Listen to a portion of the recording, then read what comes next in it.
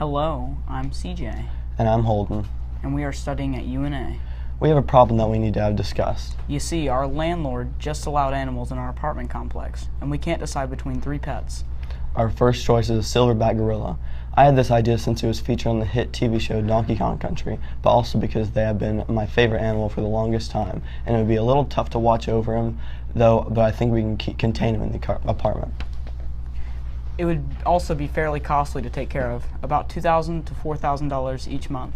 The only place we could even get it is the black market, for the price of $40,000, but I think that's fair. The gorilla could attack people on the apartment grounds, though gorillas are very strong, can hurl rocks at the pedestrians passing through, and keeping the gorilla still enough to clean it and even feed it is a lot of work. Anyways, next up we have a tick. The reason a tick would be a healthy pet, it would keep the rat and mice problems in our apartment at a low and would take care of those pesky neighbors. Bottoms up. A tick could live in a butterfly cage, and we could take care of it by feeding it the rats in our apartment. Bugs are obviously allowed in apartments, so this wouldn't be an issue for our landlord. The price would not be an issue since you can just find it outside practically anywhere. Monthly upkeep would be the same. Just give it some relatively large animals to feed on, so the money is no problem. Our final pet choice will be a crocodile. I'm a huge crocodile enthusiast. The want for a crocodile dates back to the same origins as the gorilla, with wanting to have a pet relating to my favorite hit TV show, Donkey Kong Country. And since I have a chance for this pet, would be an excellent time to get a crocodile.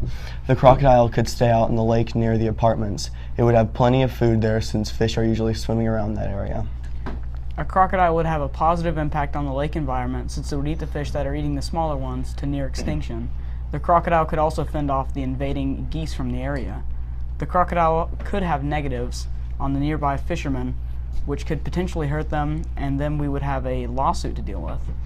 Crocodiles are typically $150 when they are babies, which would be the best time to buy one so the crocodile could get accustomed to human life.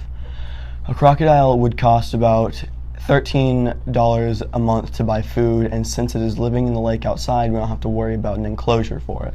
This pet will be purchased on a website called Backwater Reptiles and is shipping straight to my dorm. So with all that in mind, our final decision for a pet will be the second choice we provided, a tick. Yes, after countless hours of decisions making, we finally made up our minds. The tick would be best for the final choice because it is affordable and easy to take care of. It'll be easy for taking care of Ricky the Ticky and doing our schoolwork, making an easy balance between the two. The gorilla is far too expensive, and the lawsuits come with it that only add to the fundings. There will also be the small threat he or she might rip off our faces. And the crocodile is just a hassle.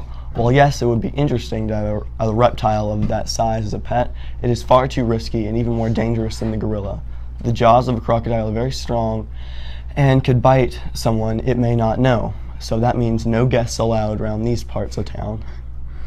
Well, that seems to be about it. Thanks for joining us in this fine example of the decision-making process.